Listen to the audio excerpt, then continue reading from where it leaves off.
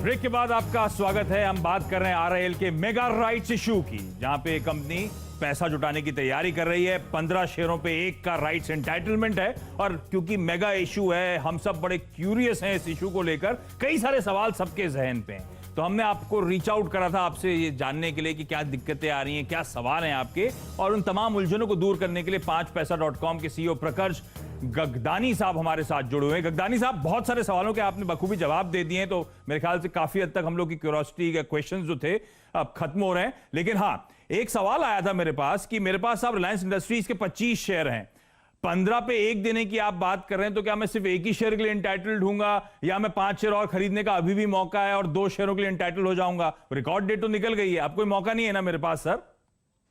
जी हाँ सर, आपके पास अभी कोई मौका नहीं है। रिकॉर्ड डेट 14 मई की थी। हाँ। वो मेरी रिकॉर्ड डेट जा चुकी है।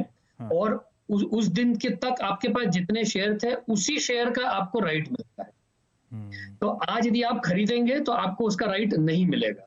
बट जो शेयर आपके उस दिन तक थे, उसमें यदि आप 15 पे आपको एक का एलिजिबिलिटी थी, तो आप एक से ज्यादा भी अप्लाई कर सकते। वो ऑप्शन आपके पास अवेलेबल होगा जैसे इशू ओपन हो। जी प्रकाश जी, एक बात और बताइए, मान लीजिए कोई निवेशक है जिन्होंने ठीक ठाक पेमेंट किया है टाइम पर, और उनका राइट्स इशू भी उनका हक है कि इसमें अप्लाई करने का, लेकिन किसी कारणवश कोई परेशानी हो गई, ब्लॉक हो गया बैंक अकाउंट। आप समझते ही हैं ये सब सॉफ्टवेयर और टेक्निकल इश्यूज हैं जो कभी कभी आ जाते हैं। उनका पूरा हक था लेकिन उनको राइट्स अलॉट नहीं हुआ। अब राइट्स इशू खत्म हो चुका है, स्टॉक बहुत अच्छी तरीके से बढ़ रहा है या नॉर्मली ट्रेड कर रहा है, और जो निवेशक है उसके पास जो हक था वो उसको नहीं मिला। क्या कोई सोच या कहीं वो चिट्ठी लिख सकते हैं या किसी से बात कर सकते हैं सेबी में जो इस इशू के रजिस्ट्रार हैं या जो इन्वेस्टमेंट बैंकर हैं? क्या वो समस्या तब सॉल्व हो सकती है? देखिए, बिल्कुल। सबसे पहले देखिए क्या है, इतने बड़ा इशू है तो प्रॉब्लम कहीं ना कहीं किसी न किसी निवेशक के साथ शायद हो भी सकती है। इसके कुछ तरीके होते हैं। एक तो जब भी आप यदि आप ऑनलाइन पेमेंट कर रहे हैं और अप्लाई कर रहे हैं, या तो फिर आप ऑफलाइन भी अपने बैंक में डिपॉजिट कर रहे हैं चेक और एप्लीकेशन, हमेशा आप ध्यान रखिए कि एक एक्नॉलेजमेंट रिसीट जरूर लीजिएगा। एक एक्नॉलेजमेंट नंबर होता है जिसका एक कंफर्मेशन है कि भाई आपकी जो राइट्स इशू को अप्लाई करने की जो बिड थी वो एक्सेप्ट हो चुकी है। तो हमेशा वो आप अपने ऑनलाइन या बैंक से वो हमेशा लें। एक बार यदि समझो राइट्स इशू में अप्लाई खत्म होने के बाद में आपको नहीं मिलता है किसी कारणवश, आप डेफिनेटली रजिस्ट्रार को, जो इस इशू में कार्वी फिनटेक है, उसको और सेबी को और कंपनी को भी लिख सकते हैं। आप अपने बैंक जिनसे समझो यदि आपने चेक दिया है या एसबा के थ्रू आपने ऑफलाइन अप्लाई किया है, आप अपने बैंक को लिखिए भी उसकी इंक्वायरी कर सकते हैं। जी प्रकाश जी, ये मैंने सवाल इसलिए पूछा क्योंकि हमारे बहुत सारे दर्शक हैं जिनके demat accounts public sector banks में हैं, और वो जो रिटेल ब्रांचेस हैं वो अभी खुली नहीं है।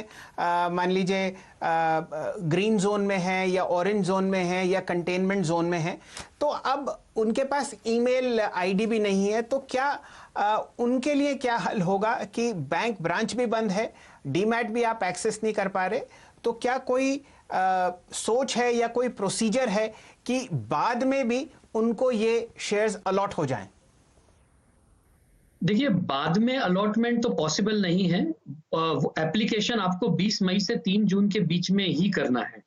दूसरा, अब जो मैंने पहले बताया था कि जो ऑनलाइन साइट बनाई है rights.kfintech.com, मुझे लगता है वो सबसे आसान तरीका है। यदि आपके पास आप पब्लिक सेक्टर बैंक में आपका अकाउंट है, ब्रांचेस बंद है, कुछ भी हो, आप इस साइट पे जा सकते हैं, रजिस्टर करके पे कर सकते हैं। यदि आपके पास ऑनलाइन बैंकिंग नहीं है, फिर भी आप यूपीआई के द्वारा इसे पे कर सकते हैं। यूपीआई ऐप डाउनलोड करके रजिस्टर करना मात्र 5 मिनट की एक प्रोसेस होती है। आप कोई भी ऐप यूज कर सकते हैं, भीम कीजिए, जीपे कीजिए, कोई भी ऐप है आपके पास यूपीआई के, उसके थ्रू कीजिए। वो सबसे आसान होगा अप्लाई करने के लिए। यदि नहीं होता है, यदि आप किसी कारणवश ये भी नहीं कर पा रहे, तो बेस्ट होगा कि आप अपनी ब्रांच को कांटेक्ट कीजिए। ब्रांचेस डेफिनेटली कुछ तो ओपन हैं। तो देखिए, ये वो तरीके हैं कैसे राइट्स इशू में आपको सब्सक्राइब करना है। ऐसे तमाम उलझने जो हैं राइट्स इशू से रिलेटेड वो रिजॉल्व करी जा सकती हैं। एक बार क्विकली आप लोग की स्क्रीन पर आएगा जो राइट्स इशू जिसकी हम चर्चा कर रहे हैं, मेगा राइट्स इशू, ये खुलने जा रहा है और ये खुला रहेगा, ध्यान रखिए, 3 जून तक।